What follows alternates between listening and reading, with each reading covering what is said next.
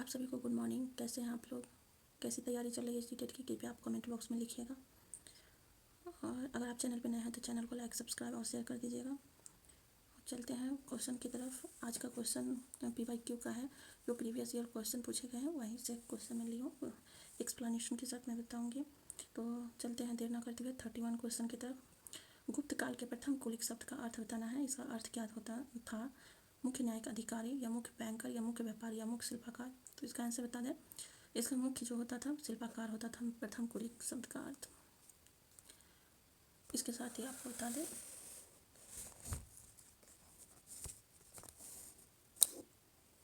32 वे भुर्ज छाल कहाँ पाई गई जिस पर ऋग्वेद की वैदिक प्रार्थनाएं सूक्त लिखी गई थी। ये भुर्ज नामक जो छाल है वो कहाँ पे मिली थी? उसका आंसर आपको बताना है। कश्मीर, बंगाल, महाराष्ट्र और बिहार कहाँ पे मिला था? मैं आपको बता दूँ इसका जो आंसर हो जाएगा कश्मीर में भुर्ज नामक पेड़ की छाल पर ऋग्वेद की पांडुलिपि मिली थी। ऋग्वेद में 1000 से अधिक श्लोक वर्णित है जिन्हें सूक्त कहा जाता है। ये सूक्त प्राकृतिक देवी देवताओं की प्रस्तुति में होते हैं। नेक्स्ट है 33 में निम्नलिखित में से कौन सी तमिल कृति हमें आम पुरुषों और महिलाओं के जीवन के बारे में सूचित करती हैं? कौन सा है वो आपको बताना है। पहला है शिल्पाधिकारम वल्लयापति, तीसरा है मणिकेलकय और चौथा है पेरियापुरम नाम। तो इसका आंसर बताना है। आपको मैं बता दूँ इसका आंसर 4 हो जाएगा पेरियापुराणम। इसमें 12वीं शताब्दी का एक तमिल कृति है जिसमें पुरुष और महिलाओं के जीवन के बारे में जानकारी मिलती है। तो इसका आंसर यह हो जाएगा। नेक्स्ट आपको बताना है 34 निम्नलिखित में से कौन सा मेल नहीं खाता है? क्या है? फर्स्ट है खजुराहो चंदेल से और ऐहोल चालुक्य है, कांचीपुरम पल्लव में है, महाबलीपुरम चोल में। आपको आंसर इसका बताना है कौन सा मेल नहीं खाता है। उसका आंसर बताना है। आपको बता दें महाबलीपुरम जो है इनकी राजधानी कांचीपुरम थी। मालापुरम इनका बंदरगाह था। और पल्लव शासकों ने 6ठी शताब्दी ईस्वी से लगभग 400 वर्षों तक शासन किया था। पल्लवों ने महाबलीपुरम में रथ मंदिर और कांची के शिव कैलाश मंदिर का भी निर्माण किया था। तो इसका आंसर 4 हो जाएगा। नेक्स्ट हम चलेंगे नेक्स्ट 35 निम्नलिखित कथनों पर विचार करें। तवारीख को शिक्षित व्यक्तियों द्वारा उर्दू में लिखा गया था या तवारीख के लेखक नगरों में रहते थे। वे प्रायः अपने इतिहास सुल्तानों के लिए उनमें ढेर सारे पुरस्कार पाने की आशा में लिखा करते थे। तो इसमें से कौन सा सही है वो आपको बताना है। इससे पहले मैं बताऊँ इतिहास तवारीख जो है फारसी में लिखा गया था। फारसी दिल्ली के सुल्तानों के अधीन प्रशासनिक भाषा थी। तवारीख के जो लेखक होते थे वो विद्वान होते थे। तारीख लेखक शहरों में रहते थे, मुख्य रूप से दिल्ली में। गांव में साहित्य कभी कभी मिलता था। ये लोग इन्होंने समृद्ध पुस्तकालय की आशा में अक्सर सुल्तानों के लिए उनका इतिहास लिखा। इसलिए आपको बता दें ये 2 और 3 दोनों सही है। तो इसमें 2 इसका आंसर हो जाएगा। तारीख के लेखक नगरों में रहते थे। वे प्रायः अपने इतिहास और सुल्तानों के लिए भी ढेर सारे पुरस्कार पाने के लिए लिखते थे और तारीफ करते थे हमेशा अपने शासक का। इतना तारीफ करते थे कि उन्हें अधिक से अधिक धन मिले। सच बात नहीं होती थी फिर भी वो लोग तारीफ करते थे। नेक्स्ट क्वेश्चन आपको बताना है 36 में क्या है? निम्नलिखित में से कौन सी रचना सूरदास द्वारा संकलित नहीं है? सूरदास के द्वारा कौन सी संकलित नहीं है? सूरसागर, सुरसारावली, साहित्य रत्ना, साहित्य लहरी। इसमें आपको आंसर बताना है कौन सा नहीं है। तो इसमें आपको बता दें 3 साहित्य रत्न नहीं है सब, और ये सब सूरदास के द्वारा ही लिखा गया है। सूरसागर, सुरसारावली, साहित्य और लहरी, ये साहित्य लहरी ये सब सूरदास के द्वारा लिखा गया है। ये सूरदास के द्वारा नहीं लिखा गया है।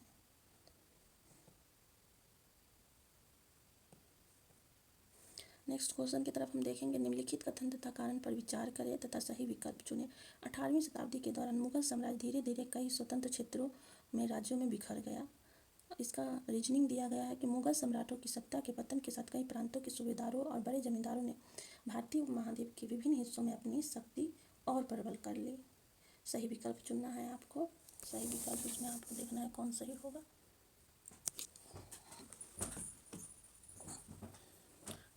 ए आर दोनों होगा या ए और आर दोनों सही होगा, या केवल ए सही होगा, या केवल दोनों गलत होगा।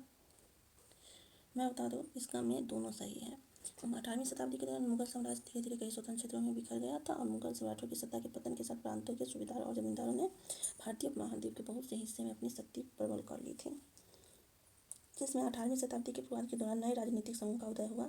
1707 से जब औरंगजेब की मृत्यु होती है तो 1761 में पानीपत की लड़ाई तक तो इस सब का राजनीतिक समूह उदय में था। 38 का आपको आंसर बताना है। 38 क्वेश्चन का,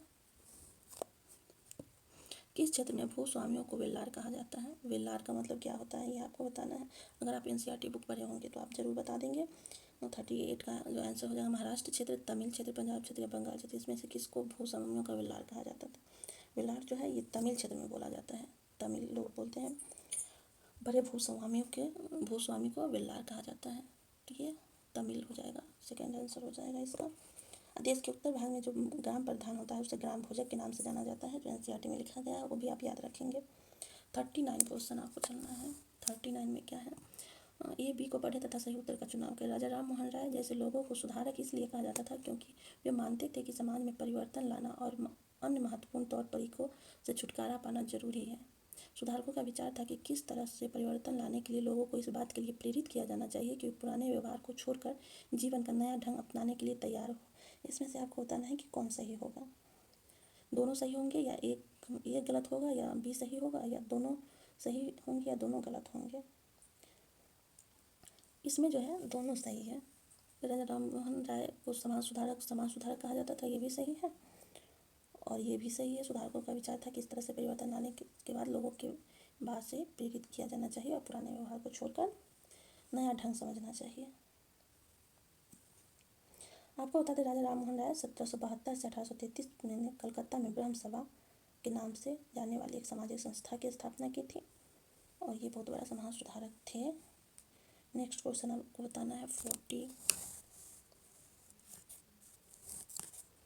40 में क्या है? पूर्व मद्रास में स्थापित वेद समाज प्रेरित था। किससे प्रेरित था?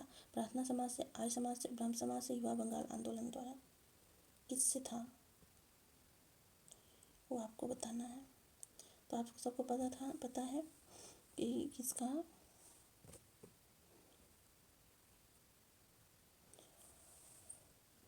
ब्रह्म समाज से प्रेरित है।